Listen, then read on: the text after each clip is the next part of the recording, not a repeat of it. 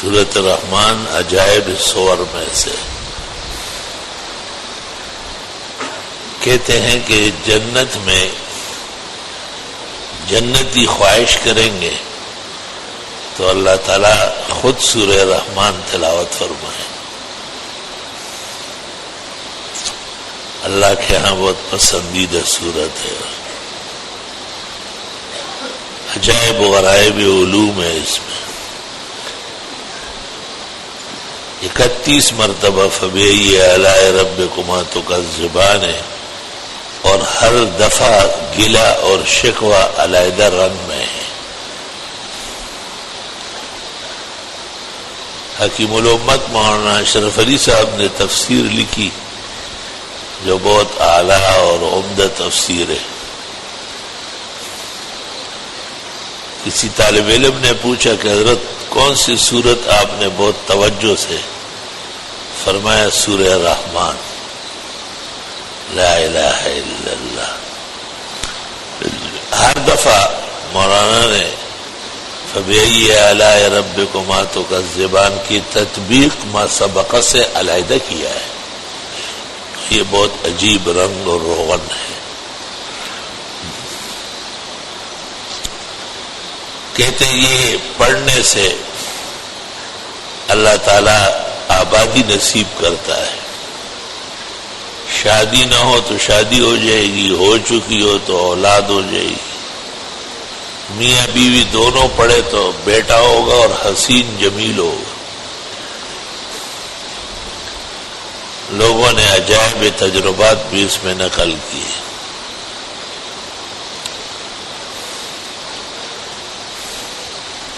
ایک حیران کن فائدہ میں نے اس کا دیکھا ہے کہ یہ امراض کے لیے شفا کا بڑا اکسیر ہے. حالانکہ میں نے ہزاروں تفاسیر دیکھی، کسی بزرگ نے بھی یہ نہیں لکھا، مگر 100% مکمل میرا تجربہ ہے کہ سورۃ رحمان پڑھنے سے امراض زائل ہو جاتے ہیں، حملہ آور بیماریاں پسپا ہو جاتی ہیں. شاید اس کے خوش رنگی اور نیرنگی اور برکات و انوار جو مومن پر نازل ہوتے ہیں اس کے ساتھ بیماری کا کوئی جوڑ نہیں.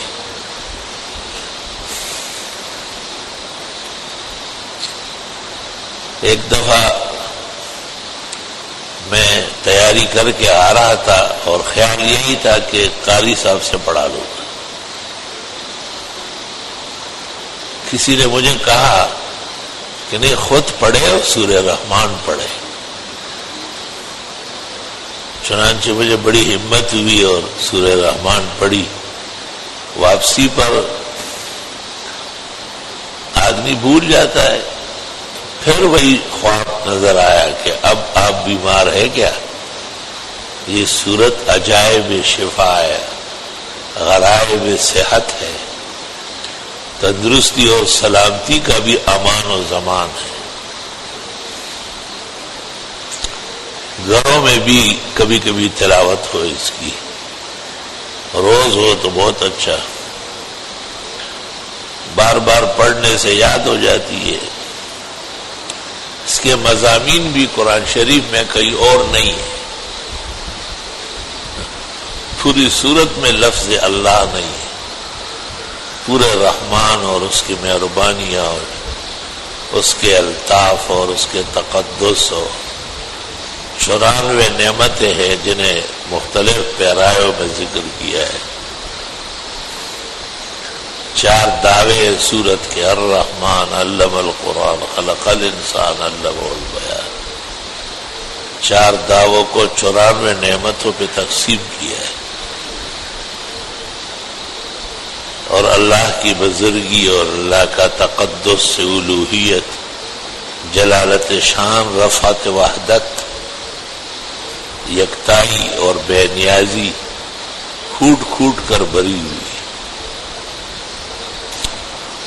سورت کے پڑھنے سے بہت ساری حاجات خود بخود پوری ہوتی ہے اور بہت سارے نامناسب چیزوں سے جان چھوٹ جاتی ہے. سورت میں بن دعا مانگنے آگے دعاؤں کی قبولیت کا بھی اشارہ ہے، کیونکہ اللہ فرماتا ہے کتنی نعمتیں میں تمہیں دے رہا ہوں، یہ تم نے مانگی ہے کیا؟ مانگنے والے تو بہت ہیں، آسمان و زمین کے سب خلقتیں مجھ سے مانگتی ہیں، لیکن تمہیں کتنی بڑی بڑی نعمتیں، حسنات، توفیق، ہمت، مردانگی، بڑے بڑے کاموں کے لیے استقلال، مطلوبہ جوان مردی،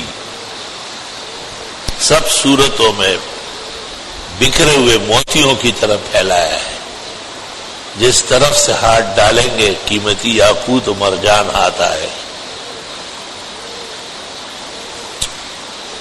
اللہ تعالیٰ کی بڑی نعمتوں میں سے قرآن شریف ہے، پھر اللہ نے اس کو محفوظ فرمایا۔ ہمارے ہاں کتنے حفاظ موجود ہیں۔ بنی اسرائیل کو توریت پتھر کے چکیوں پر لکھ کر کے دے دیا گیا تھا، 7 پتھر تھے، اور ایک بھی ان کے یہاں موجود نہیں، سب گم ہو گئے، کیونکہ بدعمل قوم تھی، کتمان حق اور تلبیس حق میں کے مرتکب تھے، تو ان کو آسمانی وحی سے کیا کام تھا۔ لیکن یہاں دیکھے کہ ہمارے ہاں چھوٹے چھوٹے بچے،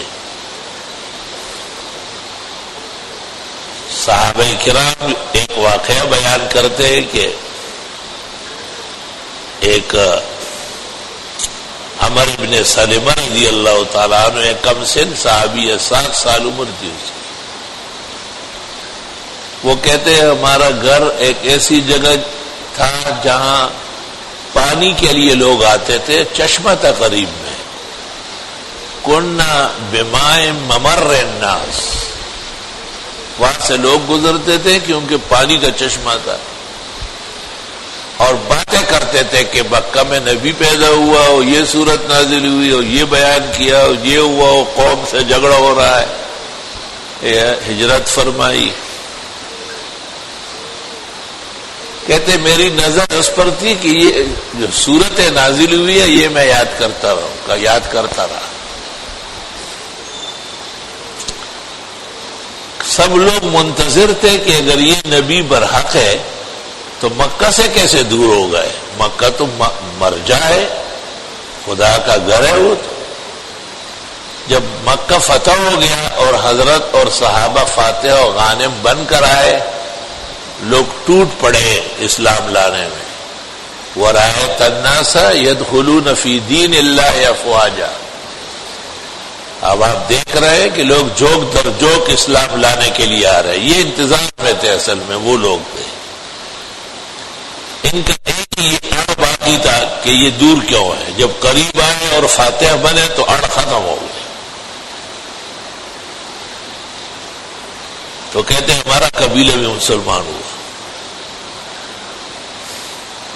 قبیلے کو پیغمبر نے کہا کہ تم میں ایک اچھا قرآن پڑھنے والا نماز پڑھایا کرے۔ فرمایا ماں وجدوا غیری، میرے علاوہ کوئی بھی نہیں ملا، کیونکہ میں تو پہلے سے جو لوگ آتے جاتے تھے، پانی بھرتے تھے، اونٹوں کو پلاتے تھے اور سورتیں سناتے تھے، میں سنتا تھا اور میرے سینے میں جمع ہوتی تھی، مجھے امام بنایا۔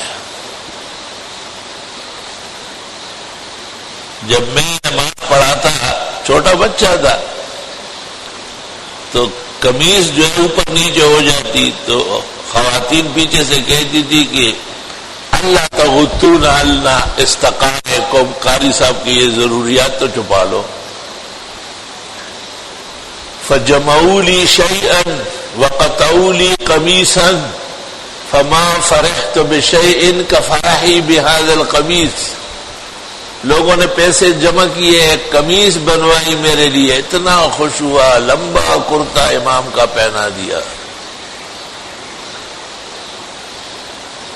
یہ دنیا میں امام کے لیے پہلا چندہ ہوا ہے۔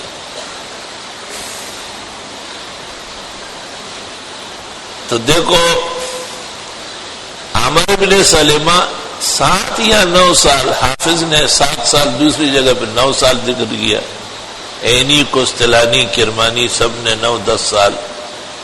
اب یہ احکام منضبط نہیں ہوئے تھے، احکام کی ترتیب اور تدوین باقی تھی. ایسے اوقات میں اس قسم کی نماز جائز ہو جاتی ہے.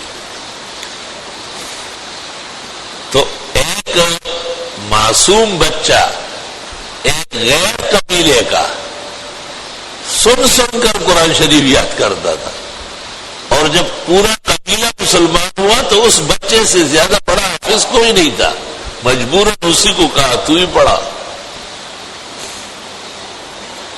یہ معجزہ ہے قرآن شریف کا. آج بھی چھوٹے چھوٹے ننھے منھے باتیں پوری نہیں کرتے اور آیتیں پوری پڑھتے. ان سے پوچھو کہاں سے آئے ہو، کون ہو، کیا نام ہے، آپ کو دیکھتے رہیں گے. پوچھو کتنے پارے یاد کیے کہ آپ 25. سنا سکتے ہو، کہاں، کہاں سے، آپ پتہ کریں. اعتماد دیکھے ذرا. یہ معجزہ ہے خاص، اللہ نے اس کتاب کو دیا ہے. اسرائیلی لگے ہوئے ادھر شرارت حرامی پنے دنیا میں کر رہے ہیں، اور ادھر اپنے وہ توریت کی لکڑیاں، وہ تختیاں جو ہے نا، وہ پتھروں پہ لکھا ہوا، وہ کبھی ایک غار تلاش کر رہے، کبھی ایک پہاڑ توڑ رہے. آج تک انہیں ایک تختی بھی نہیں ملی، کیونکہ بدعمل قوم کو دین نہیں ملتا ہے. قرآن نے ان کی بدعملی ذکر کی ہے. وَتَكْتُمُونَ الْحَقَّ وَأَنْتُمْ تَعْلَمُونَ. حق چھپانے میں بڑے آگے ہو. حق ایسا چھپایا کہ اپنی کتاب ان کو نہیں ملی، اصلی توریت ان کے پاس موجود نہیں. حق توریت ایک لکھنے والے کے خیالات کا مجموعہ ہے. شان ورشا کہتے ہیں کہ بیت المقدس میں ایک توریت رکھی ہوئی تھی، اور اس کو قدیم زمانے میں کومارا کہتے تھے.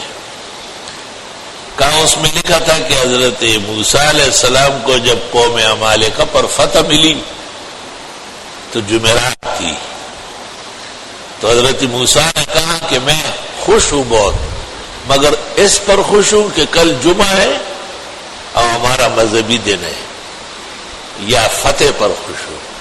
تو حضرت شاہ صاحب کہتے ہیں گزشتہ امتوں میں بھی جمعے کا دن مذہبی دن تھا. دیکھو موسیٰ علیہ السلام کہتے لا ادری افرح بالجمعہ ام بالفتح، خوش بہت زیادہ ہوں. عمالقہ پر فتح مل گئی اور جمعہ ہے کل، ابھی سے جمعرات ہے. تو حضرت فرماتے ہیں کہ یہ سبت یعنی سنیچر اور یہ احد اتوار یہ سزا کے طور پہ دیے گئے. اور یا یہ کہ سبت کے معنی کام نہ کرنا، یعنی جمعے کے دن دنیا کا کام نہ کرنا، اور احد کے معنی ایک اللہ کی عبادت کرنا. تو دنیا کا کام کاج روکو اور ایک اللہ کی عبادت کے لیے فارغ رہو، اس کو جمعہ کہتے. تو کہتے یوم السبت و یوم الاحد یہ جمعے کے نام ہیں، تینوں نام جمعے کے ہیں. اللہ اکبر و کبیرہ. الحمدللہ رب العالمین.